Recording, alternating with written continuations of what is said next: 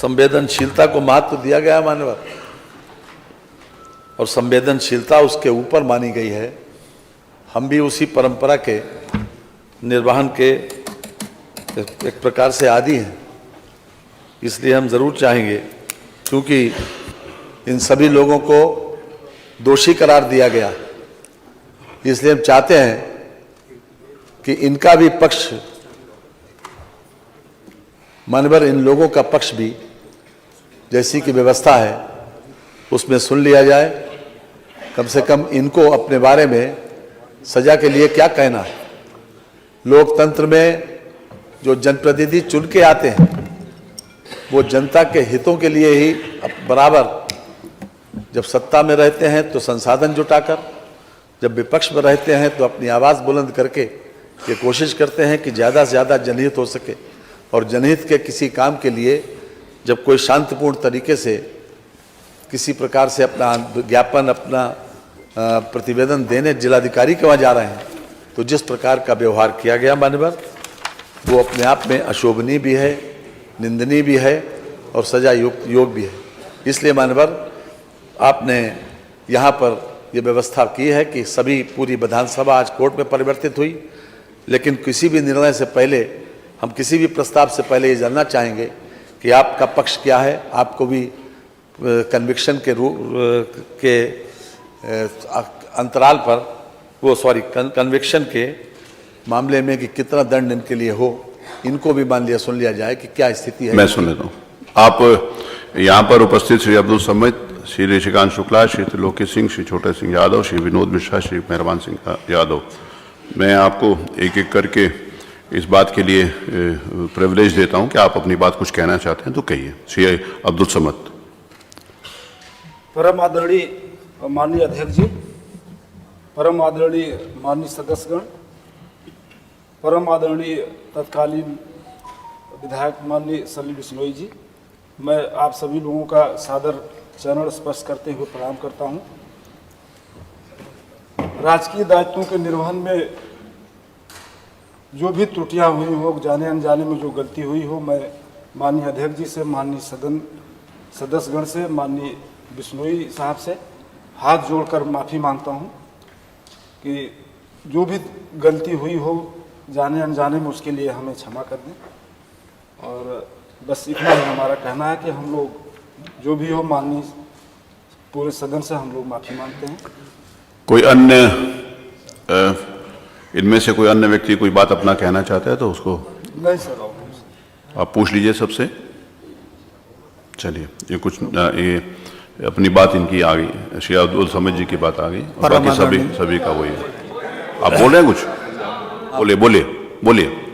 परम आदरणीय अध्यक्ष महोदय, सभी विधायकगण, माननीय विधायकगण और माननीय सलील बिश्नोई जी, आवाज आ जाएगी, बोलिए सीधा। हम लोगों में से अगर किसी प्रकार की दायित्वों को पूर्ण करते समय अगर कोई भी त्रुटि हो गई हो, उसको क्षमा कर दें, और भविष्य में इसकी कोई कभी त्रुटि नहीं होगी। हम लोग सभी माननीय विधायकगण का सम्मान करते हैं और करते रहेंगे भविष्य में भी। जी, और कोई बोलना चाहते हैं? माननीय अध्यक्ष जी, जिस प्रकार से सभी सदस्य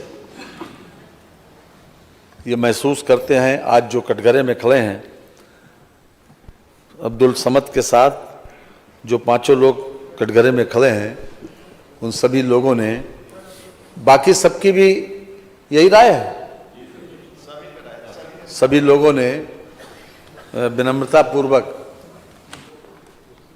माफ़ी का प्रस्ताव किया है। लेकिन मान्यवर, लोकतंत्र में इस विधायिका का सम्मान बचा रहना बहुत जरूरी है। जैसा कि मैंने प्रारंभ में कहा था कि एक 4 लाख, 5 लाख, 6 लाख और 10-10 लाख लोगों से चुनकर लोग आए यहाँ पर, वो लोग केवल जनता के हितों में काम करते हैं। ये भी सही है कि ये अधिकारी लोग शासन के निर्देशों का पालन करते हैं, लेकिन मान्यवर ये अधिकार नहीं मिल जाता कि इन लोगों को किसी प्रकार से नाजायज तरीके से किसी को गाली दें, किसी को अब्यूज करें, किसी को अपमानित करें या डंडा चलाएं। वहां पर कोई ऐसी परिस्थिति नहीं थी कि इस प्रकार का बल प्रयोग करें या किसी प्रकार से गाली दें, और इस प्रकार की स्थिति बाकायदा वीडियोग्राफी में आई है मानवर। ये सही है कि हम आपसे भी अनुरोध करेंगे कि संवेदनशीलता तो जरूरी है, निभाना भी चाहिए, लेकिन मानवर फिर भी चूंकि आज ये सदन कोर्ट में परिवर्तित हुआ और आपको सर्वाधिकार है हर तरह से, और इसके संबंध में भी कई प्रकरण यहाँ विधानसभा में, चाहे 1959 हो, चाहे उसके बाद सन 89 हो, इसके बीच में भी 1-2 प्रकरण ऐसे आए।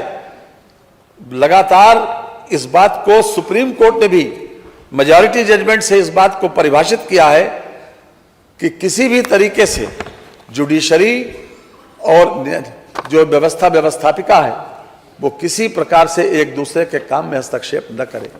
और हम समझते हैं कि यहाँ का ये फैसला, आपका जो फैसला किसी भी कोर्ट ऑफ लॉ में कोई चैलेंजेबल नहीं है मानवर।